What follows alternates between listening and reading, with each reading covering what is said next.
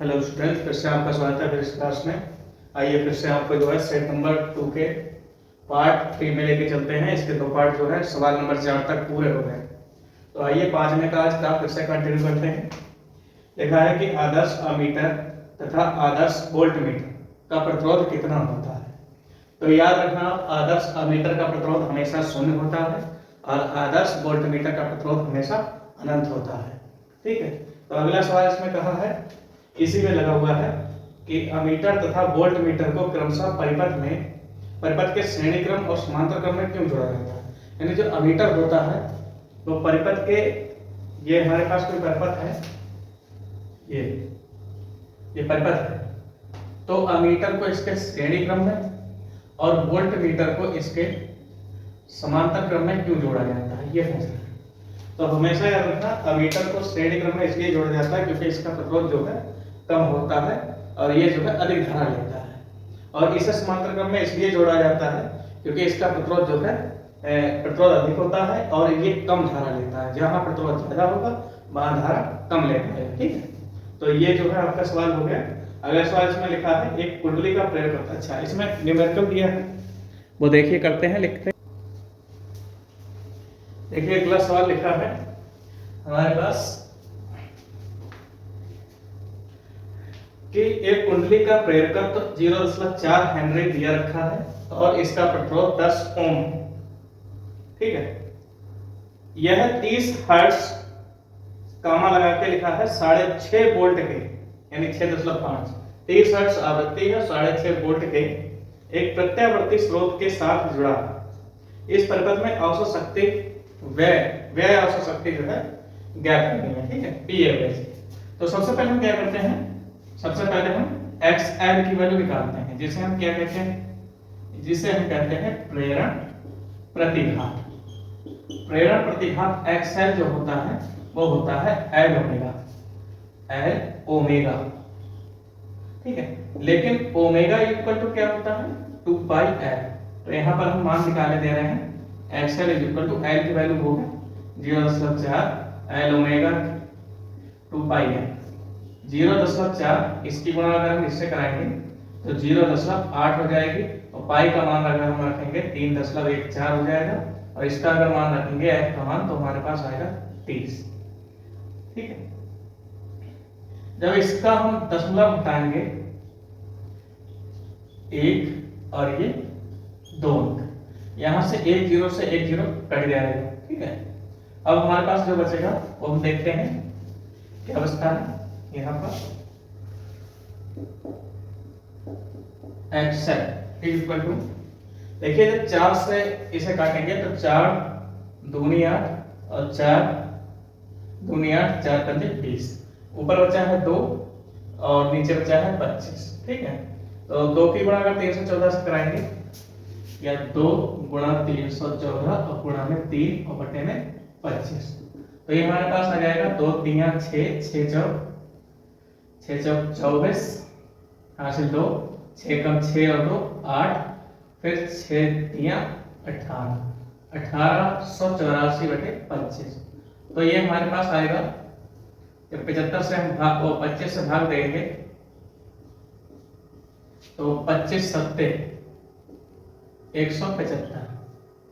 ठीक है, यहाँ बचेगा 3, यहाँ बचेगा 1, ये उतारा 1 आ गया, फिर 25 पंजे 125 आ जाएगा, हमारे पास बचेगा 9, फिर दशमलव लगा सकते हैं 0, 25 3 75, फिर कितना बचेगा हमारे पास 5, यहाँ बचेगा 1, 25 छक्का 150, 75.36। ये ओम हमारे पास XL का मान आ गया। ठीक है, अब हमें क्या निकालना है, प्रतिबाधा। प्रतिबाधा जो होती है वो Z होती है। XL क्या होता है, प्रेरण के लिए प्रतिरोध, और प्रतिबाधा क्या होता है, प्रेरण और प्रतिरोध दोनों के लिए प्रतिबाधा होती है। तो ये क्या हो जाएगा, XL स्क्वायर प्लस में R स्क्वायर। जब हम इसे हल करके लिखेंगे तो XL की वैल्यू ये है 75.36 का स्क्वायर प्लस में 10 का स्क्वायर। ठीक है, जब हम इसे हल करके लिखेंगे तो ये लगभग 76 आएगा। ठीक, इसे जब हम हल करके लिखेंगे तो ये लगभग 76 आ जाएगा। अब हमें क्या निकालना है, अतः आई निकालना है, आई नॉट निकालना है। आई नॉट बराबर होता है, ये होता है v अपॉन जेड। v की वैल्यू हमारे पास ये रही, यही v नॉट है, इसी को हम v नॉट कहते हैं। तो v नॉट की वैल्यू है 6.5 और बटे में 76। ये हमारे पास इसका मान आ गया आई नॉट का। अब हमें क्या निकालना है, पी एवरेज। इसलिए पी एवरेज निकालने के लिए हमारे पास फार्मूला क्या है, हम ये वाला मान यहाँ निकाल रहे हैं, यहाँ पर। ठीक, पी एवरेज जो होता है वो होता है B R M S into I R M S और इंटू में cos phi. B R M S की जगह पर हमारे पास आ जाएगा बी नॉट अपॉन में √2, आई आर एम एस की जगह पर आई नॉट अपॉन में √2 और ये कॉस फाई होता है आर अपॉन जेड। याद रखना आप, कॉस फाई जो होता है वो होता है आर अपॉन जेड, और आर अपॉन जेड का जो मान होगा वो 10 बटा जेड। जेड की वैल्यू कितनी है, 76, इतनी आएगी। तो हमारे पास 1 बटा तो √2, 1 बटा √2 की गुणा √2 से कराएंगे तो क्या हो जाएगा, केवल 2। यहाँ पर v नॉट की वैल्यू जो है वो कितनी है, 6.5, और आई नॉट की जो वैल्यू हमारे पास आई है वो 6.5 और बटे में 76।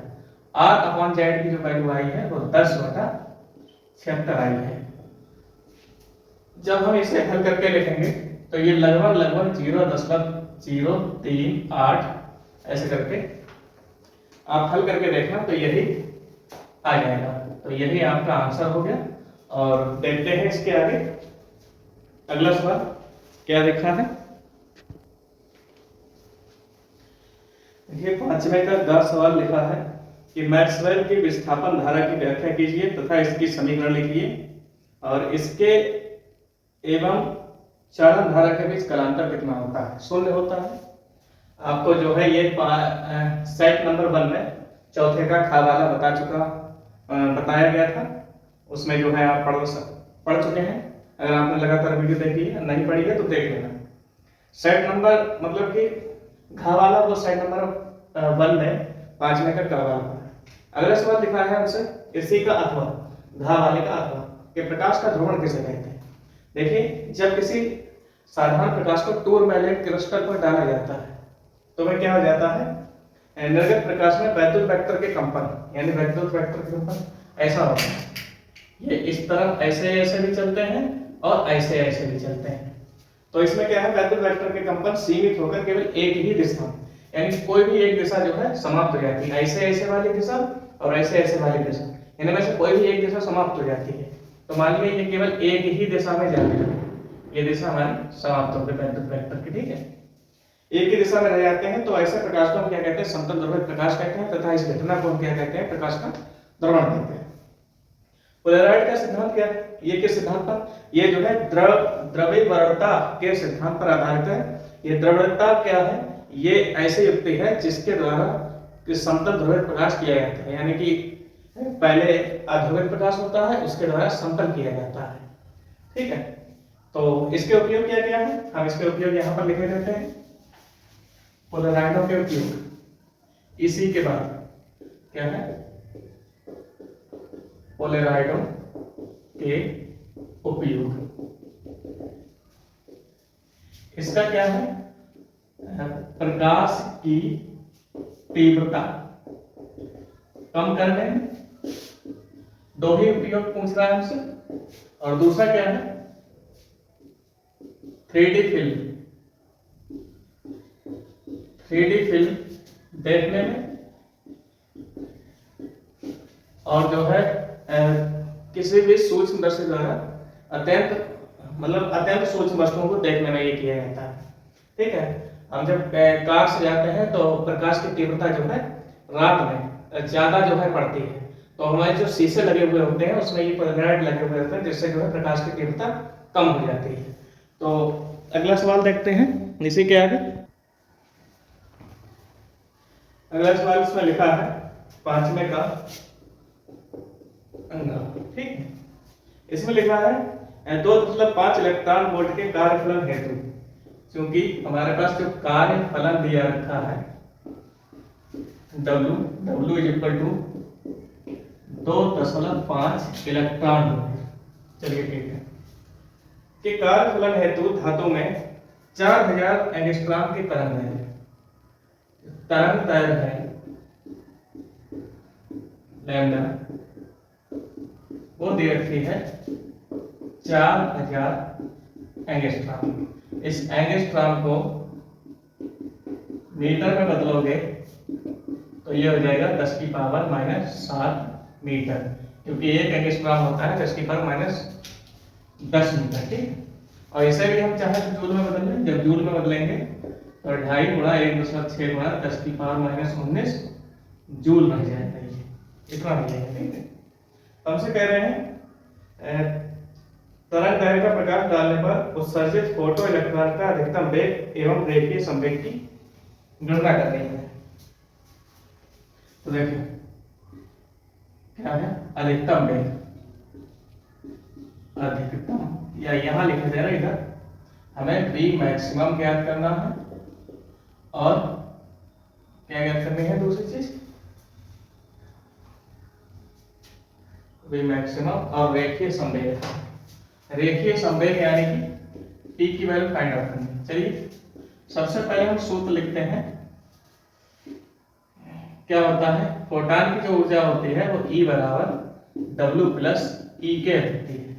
अब चूंकि E इज इक्वल टू क्या होता है h न्यू फोटॉन की ऊर्जा, और जो E के होता है वो क्या होती है काइनेटिक एनर्जी, यानी कि हाफ V मैक्स स्क्वायर।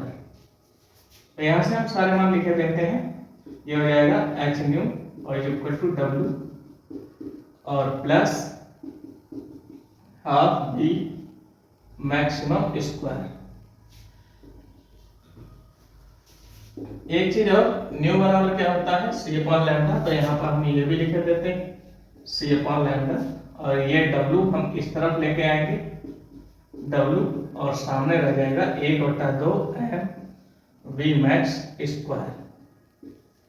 ठीक है, इसके बाद हम क्या करेंगे, केवल अगर हम V मैक्सिमम स्क्वायर देखेंगे तो इसकी गुणा इससे हो जाएगी 2hc upon lambda minus W, और इसमें ये जो m है ये m कहाँ आ जाएगा, इन दोनों के बटे, यानी कि यहाँ पर m है। यहाँ से अगर हम स्क्वायर हटाएंगे तो स्क्वायर भी हटा देंगे तो यहाँ पर लग जाएगा अंडर रूट। अब हमें इस वैल्यू को हल करना है। चलिए इतना आप स्क्रीनशॉट लीजिए, इसके बाद हल करते हैं क्या आता है। चलिए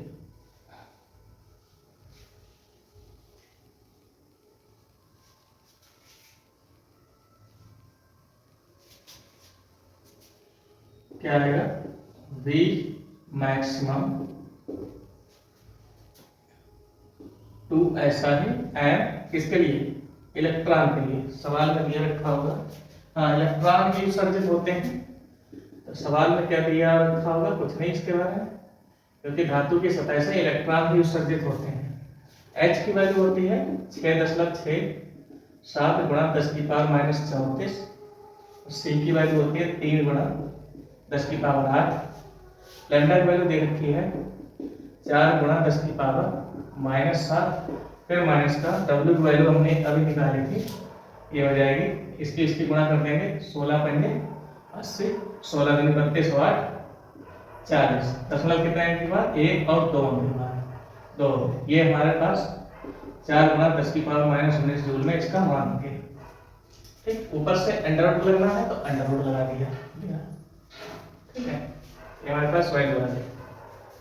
इसके बाद हम क्या करेंगे, इसको हल करेंगे, फिर क्या आएगा चलिए देखते हैं।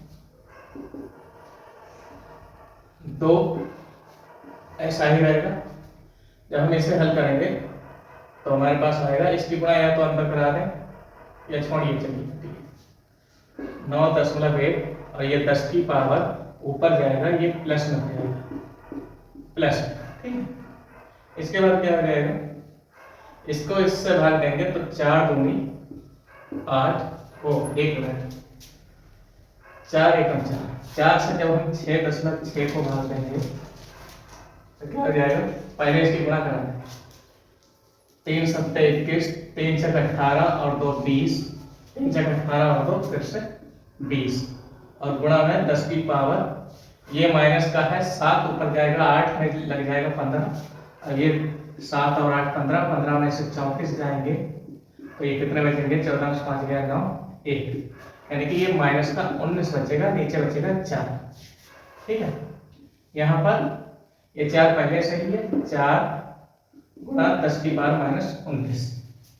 अब क्या हो जाएगा, 2 गुणा 10 की पावर 31 और बटे में 9.1 अंडर रूट के अंदर ये हम मान हटा दे रहे हैं, ये 4 दूनी 4 पंजे 20 0 और ये जो है जब हम 4 से भाग करेंगे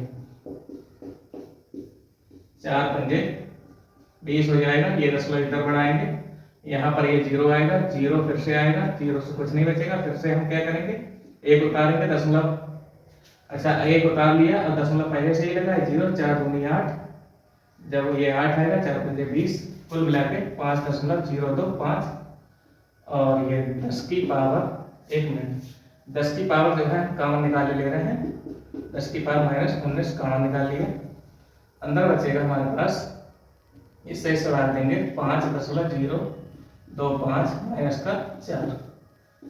अब देखिए जब हम इसे हल करेंगे तो हमारे पास क्या आएगा, 5 से जब हम इसे काटेंगे 2 गुणा 10 की पावर 31 में से 19 जाएगा, 31 में से 19, 11 में से 9 गया 2 1, तो यहाँ बचेगा 12 और बटे में 9.1 गुणा में 1.025, ये इतना बचेगा, दशमलव घटाया तो यहाँ पर 3 अंक है, यहाँ 1 ही अंक है तो 2 अंक और बढ़ा दें, 3 अंक हो जाएंगे।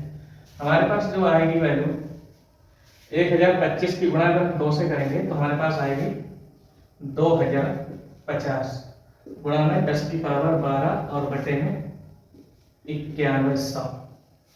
ठीक, ये आएगी।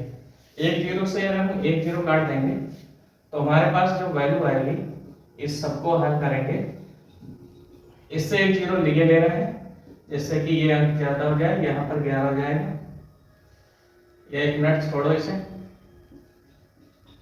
बटे में 910, ये अंदर रहेगा, यहाँ पर 10 की पावर 12 का कितना निकल के आएगा, 6 निकल के आएगा। जब हम इसे हल करेंगे तो आप हल करके देखना, यहाँ v मैक्सिमम जो आएगा वो 0.45 इतना निकल के आएगा, 10 की पावर 6 आएगा। ठीक है, जब हम इसे हल करेंगे, ये दशमलव इधर हटाएंगे तो 4.5 गुणा 10 की पावर 6 मीटर प्रति सेकंड, ये इसका आंसर आ जाएगा, यही इसमें आंसर दिया रखा है। ठीक है, ठीक है, तो आइए अब हम बी मैक्सिमम निकल गया हमारे पास 4.5, अब हमें निकालना है इसका संवेग। आप स्क्रीनशॉट ले लिया करें। संवेग निकालने के लिए हमारे पास क्या हो जाएगा, संवेग के लिए सूत्र जो होता है P बराबर h अपॉन लैम्डा होता है, डी ब्राउनी फॉर्म में क्या हो जाएगा 6.67 गुना 10 की पावर माइनस 34 और इसका मान आया था 4 गुना 10 की पावर माइनस 7। जब इसे 4 से भाग देंगे, 4 से 6.67 तो 4 एकम 4, यहाँ 2 दशमलव ये यहाँ लगा दिया, 6 4 छंग 24, यहाँ बचेगा 2 4 छंग 24 रहेगा, फिर 3 बचा 0, 4 7 28, 4 पंजे 20, तो ये लगभग आएगा 1.6675 गुणा 10 की पावर माइनस 34 गुणा 10 की पावर 7, ये आएगा हमारे पास। ठीक है,